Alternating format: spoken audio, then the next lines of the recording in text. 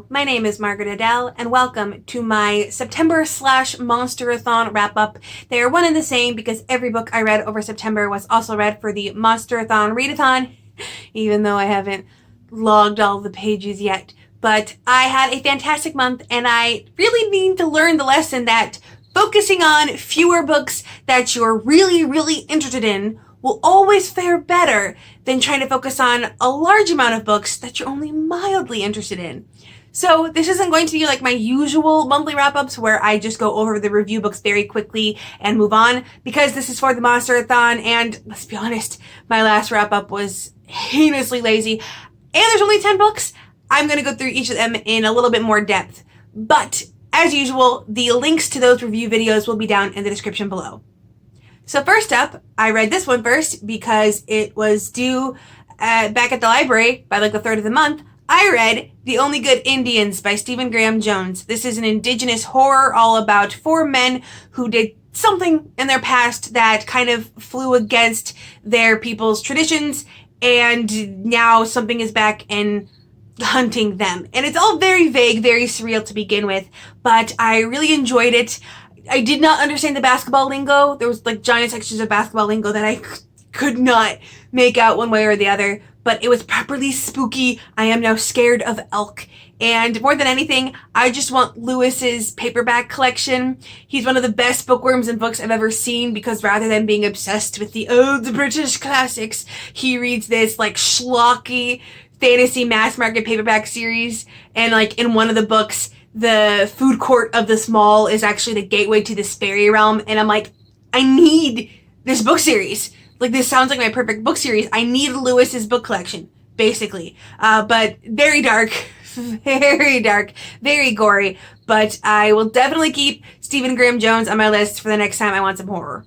Up next was a review book that I was really intrigued to get to because I already enjoyed the last thing I read by this author, but this one was exactly my kind, and that is Dusk Mountain Blues by Dustin J. Munden. The last book I read of his was his slice of life high fantasy Tavern, but I'm not really the biggest high fantasy person. However, I love sci-fi. And so when I found out this is a sci-fi western with like mutant redneck hillbillies fighting like android militias, I was so there. This is all about this family called the Caldwells who have lived on this backwater planet for generations, and they've grown this nice family. They're moonshiners. It's a giant extended family that I don't fully comprehend who all is related to who, but this new militia comes in determined to wipe them out, and they figure out that they're looking for something, but they're not sure what. So this is all about the family banding together to fight back, and I adored it. It's also very diverse. The author himself is Black, and there is an interracial family. Multiple different family members are Black, or I believe other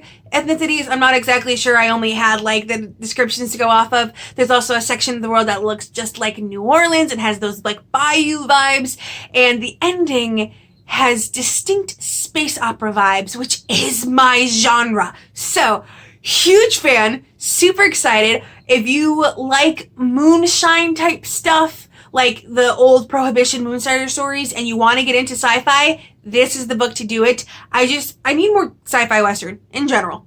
Up next was yet another review book. I read so many of them this month, and that is Unicorn Hunting by A.R. Hellbender. This is a new adult fantasy all about a woman who is tasked with hunting unicorns even though she low-key doesn't want to. And also, she's in love with the girl next door. So there is FF romance to this. There is some secrets, and the idea and the bare bones plot was pretty decent. However, the descriptions were very vague, almost to being White Room Syndrome levels of I'm not exactly sure where this is taking place type of thing.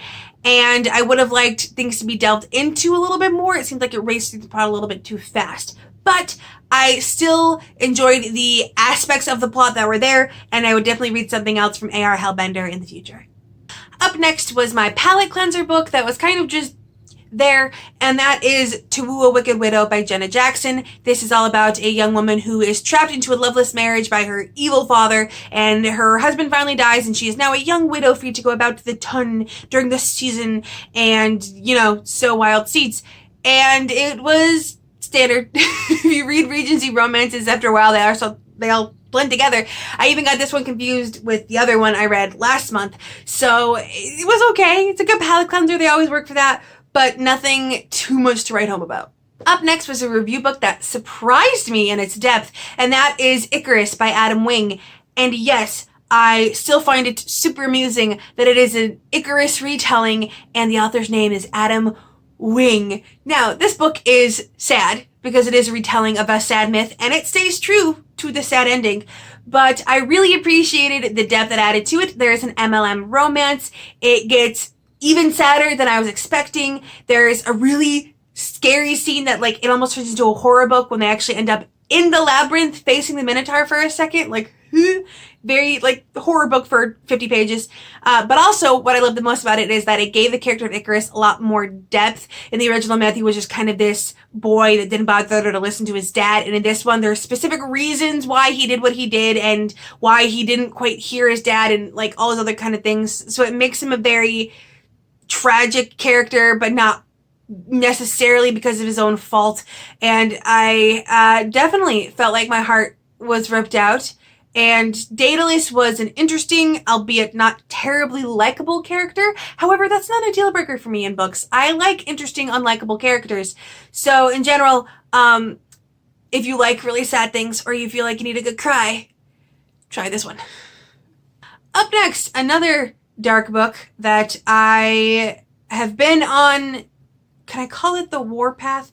Or really just, I'm dedicated to making sure that no one reads this book without knowing exactly what it is, and I don't care if you're of the content warning spoiled books set.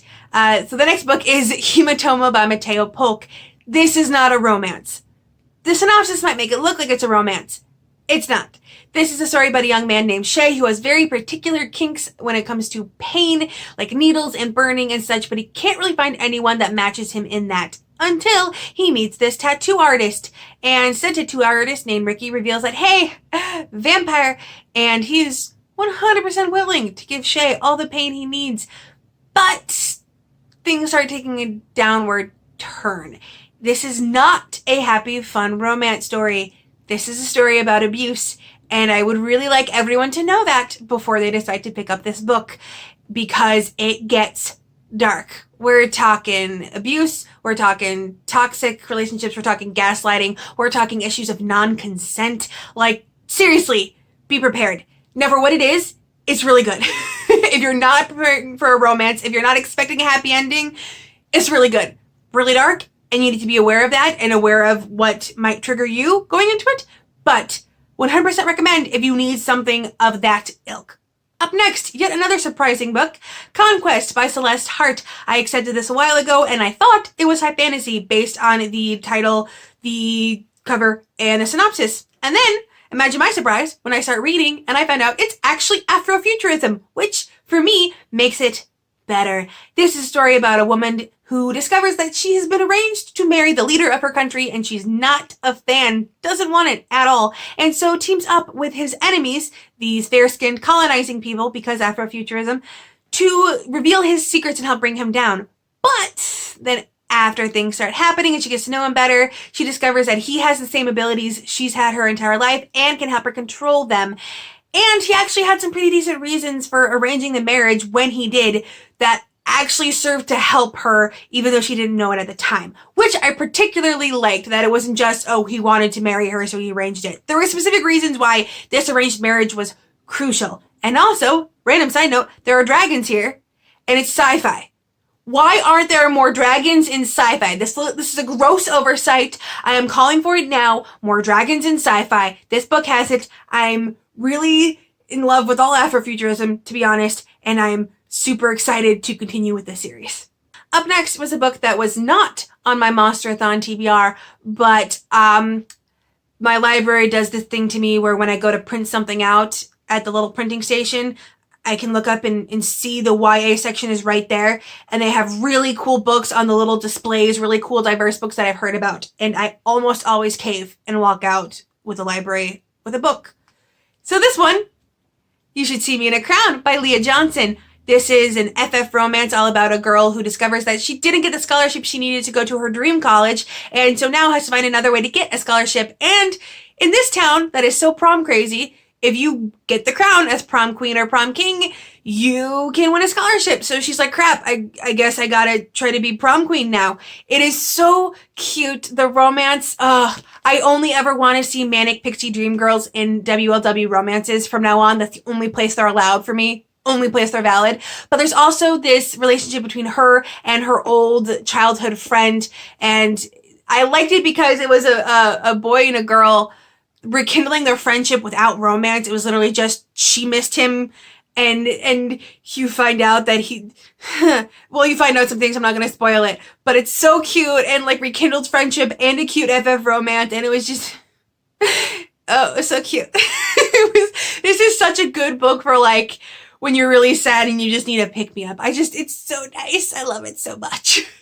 Up next is the book I literally just reviewed, and that is Where Shadows Lie by Allegra Pescatore. I was nervous about this one because it's high fantasy, and again, I don't read that a lot, but I was really intrigued by the idea of its protagonist, who is disabled, own voices, although I do not know if the author and the protagonist have the exact same kind of disability because, like, the book uses, like, fantasy words for it. But I also loved that the synopsis of this book begins with the sentence, "The chosen one is dead," which feels like it was written just for me. I swear someone had me in mind when they came up with that concept. But I really liked this book in that it twists a lot of tropes and lets things go really wrong, really sideways, but all of the stupid decisions that characters make do still make sense. The protagonist's disability does not become some factor where everyone babies her. It's like, oh no, we must take care of the poor princess. Like low-key at the beginning, a lot of them hate her because she unintentionally screwed everything up for them. I even actually did like the chosen one that dies in the beginning, the little bit you get to see of him. He does look like a nice, noble character, but you know what, dude? You're just too standard and too generic. I'm sorry. You have to go so that your sister can get her shot. She is a disaster bisexual, which I also appreciated, and just so much goes wrong, and so many big things happen, and we have a quote-unquote morally gray character. He didn't really look morally gray to me, but then again, they usually don't. That is nice and mysterious, and as things are revealed, he becomes more in-depth. The magic system was closely connected to electricity, which I thought was a really cool idea. Now that this is a world where electricity exists, but like the magicians called rifters in this world will like wear metal because metal helps them conduct their magic better, and a lot of the magic is done based on like the forces a la physics, and I really liked that kind of magic building. The world building started off slow but got really good, and in general, I don't usually like high fantasy, but this one's pretty good, and I am really intrigued to keep reading it. I'm also really intrigued for certain characters to meet. There might be a love triangle, but I'm hoping either A, that it isn't a thing, or B, polyamory. Please, can I just get a love triangle that ends in polyamory? Once. Pretty please? And last but not least, the book that I actually requested from my library. It did not trick me, but to be honest, if I had walked in and seen this on the shelf, it would have 100% convinced me to walk out with it. And that is Cemetery Boys by Aidan Thomas. Okay, so this is a story all about a trans boy named Yadriel, which I just love his name, who wants to prove to his family that he is a brujo because they refuse to see him like that. And so he decides that he is going to find and release the spirit of a recently deceased relative, although no one's quite sure what happened to his cousin. But in the meantime, accidentally summons a different spirit of Julian, who doesn't want to be dismissed to the afterlife and becomes this giant force in Yadriel's life. And yes, I'm going to keep saying that name because I just love it so much. And there is so much emphasis on culture and different, like a ton of different Latinx cultures. Like they mentioned, like there's people in here from Ecuador and Haiti and all over. And it ends, of course, on Dia de los Muertos. And I loved that. It's the perfect spooky read for October. And I know I read it in September, but like, honestly, all the vibes. So many vibes. And I was not expecting the ending. I thought I had the ending of this book pretty figured out based on where it was going, and I did not. That scene in the hospital, and if you've read the book, you know what I'm talking about. That just... But anyway, this falls back into what I was saying before, and with You Should See Me in a Crown as well, where I actually love YA, like contemporary or YA contemporary with slight fantasy flair, as long as it is either queer and or people of color. Best if it's both. That's what I've learned. It is best if it's both. But I highly suggest this one.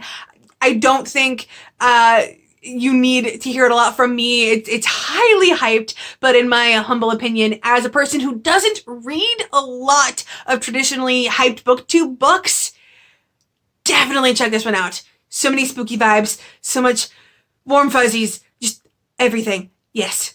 So that is it, all the books I read over September, and I feel like I've gotten way too excited over the course of this, but it was just a really good reading month, and moving forward in October, I'm going to keep at my review books, because even with all the ones I read in September, I had to close again because I asked for / accepted too many review requests, because I hate myself apparently. But anyway, thank you so much for watching. If you read any fantastic books over the month of September or for the Monsterathon, please let me know. I would love to hear about it. And with nothing else to say, I hope you have a wonderful day and a marvelous tomorrow.